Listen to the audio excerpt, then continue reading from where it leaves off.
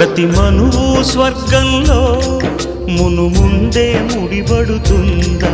ఆ మాటే నిజమైతే ఈ చట్టం విడగొడుతుందా?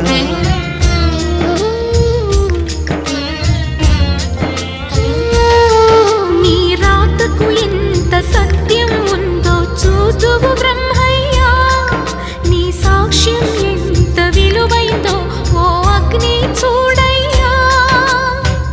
నువ్వు రామా అరుంధతి, ఇదే నీ దర్శన ఫలమైతే ఎటైనా దాగిపోవమ్మా. నిజంగా పెళ్ళికి బలముంటే సూటిగా ఇటు దిగి రావమ్మా.